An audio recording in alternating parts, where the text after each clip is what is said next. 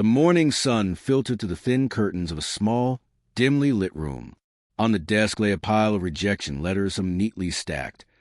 Others crumpled, as if each one had been a dagger to the heart. Sitting there with his head resting on his hands was Armin, a 24-year-old dreamer who had spent years chasing a vision that now seemed impossibly far away. Armin wanted to become a writer.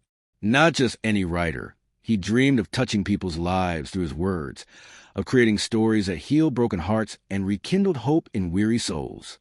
But the world seemed determined to tell him he wasn't good enough. Every publishing house had rejected his manuscript. His friends had begun suggesting he move on and look for something practical.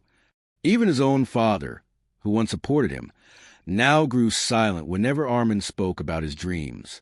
That silence hurt more than the rejections. One night, after yet another rejection email, Armin whispered to himself, "Maybe they're right. Maybe I'm just not cut out for this." His chest tightened, tears welled up, and for the first time, he considered giving up on his dream completely. But then, something happened. Armin opened the old drawer of his desk and found a faded notebook. Inside were words he had written as a teenager, when his passion for storytelling first bloomed. One page in particular caught his eye. In messy handwriting, it read, "One day, someone will need your story to keep going. Don't quit." He had written that to himself years ago, and reading it now felt like a message from his younger self, begging him not to surrender. His tears fell onto the page, smudging the ink, but in that moment, a spark lit inside him. Armin decided. He would be the person who refused to give up. The journey wasn't easy. He woke up at 5 a.m. every day, working on his manuscript before heading to his part-time job at a bookstore. The fatigue was real, the doubts lingered, but every morning he repeated to himself, "If I stop, the dream dies. If I keep going, there's still a chance." His closest friend, Maya, often checked on him. She admired his determination, but worried about his well-being. One evening, she sat beside him in the bookstore after closing. "Armin," she said softly, "you've been pushing yourself for years. Aren't you tired of fighting a losing battle?" Armin paused, staring at the floor. "I am tired," he admitted. "But when I think about giving up, it feels like I'd be betraying something inside me. This dream, it's not just about me anymore. It's about the person out there who needs to read my words. What if they're waiting?" Maya's eyes filled with tears. She squeezed his hand. "Then you keep going, and I'll be right here, cheering for you." Months passed. Armin submitted his manuscript again and again. The rejections kept coming, but he no longer let them crush him. Each no was just one step closer to the yes he believed had to exist. Finally, one afternoon, he received an email that changed everything. "Dear Armin, we are pleased to inform you that your manuscript has been accepted for publication." Armin read the words over and over, unable to believe them. His hands shook as he called Maya, shouting with joy, "They said yes. They actually said yes."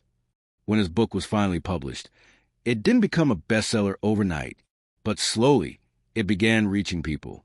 Messages poured in from readers who had been touched, encouraged, and even saved by his words. One letter stood out. A young woman wrote, "I was going through the darkest time of my life. I had decided I couldn't keep going. Then I picked up your book. Your story made me believe in second chances. I'm still here because of you. Thank you for not giving up." Armin read that letter again and again, tears streaming down his face. He finally understood his struggles, his pain, his persistence. All of it had been worth it. Years later, Armin was invited to speak at university. Standing in front of hundreds of students, he looked into their eager, uncertain faces and began, "I wasn't supposed to be here today. By all logic, I should have quit years ago. The world told me I wasn't enough. Life kept pushing me down.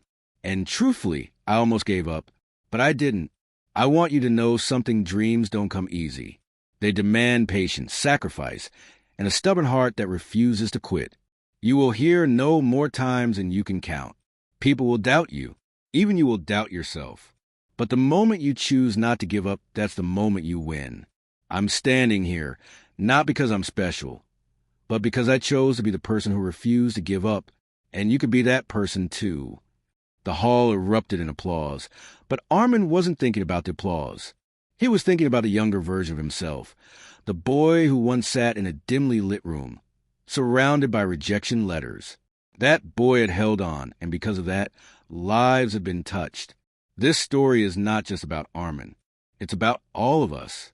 We all face moments when the weight of failure feels unbearable, when the voices of doubt scream louder than our own courage, when giving up seems like the easiest option.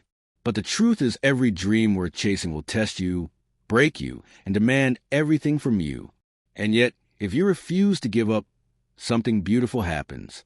You discover your strength, you inspire others, and you create ripples of hope that go far beyond your own life. So, the next time life tells you to quit, remember Armin's words.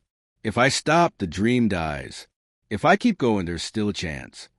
Be the person who refused to give up, because one day, someone will need your story to keep going, so you can use them in summaries and intros,